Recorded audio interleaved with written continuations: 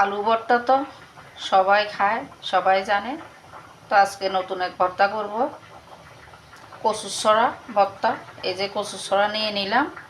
এখন কচুর ছড়াগুলোকে ধুয়ে সিদ্ধ বসিয়ে দিব, সিদ্ধ করে খোসা ছড়িয়ে নিব। তো ছড়া বা গাঁটি সিদ্ধ বসিয়ে দিলাম। ছোটোবেলায় আমরা যখন গ্রামে ছিলাম, আমার মারা দেখতাম রান্না করার পরে চুলার আগুনে, মানে চুলার মধ্যে যে অবশিষ্ট কয়লা পড়ে থাকতো ওগুলোতে পুড়ে এই ভর্তা বানাতেন। তো এখন আমি কোথায় পাবো মাটির চুলা, তাই সিদ্ধ করেই নিচ্ছি।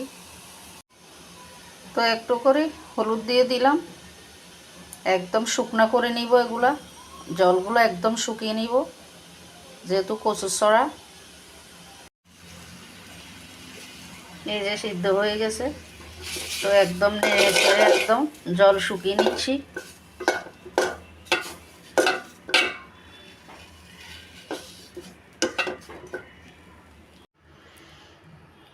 এবার আলুর মতো চামড়া উঠিয়ে নিচ্ছি।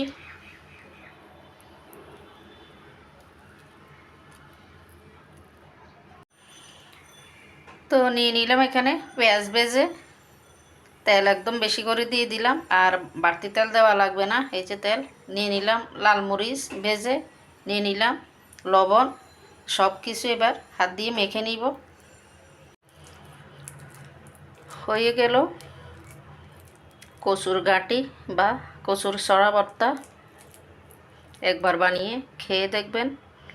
তো আজকে পর্যন্তই, সবাই ভালো থাকেন।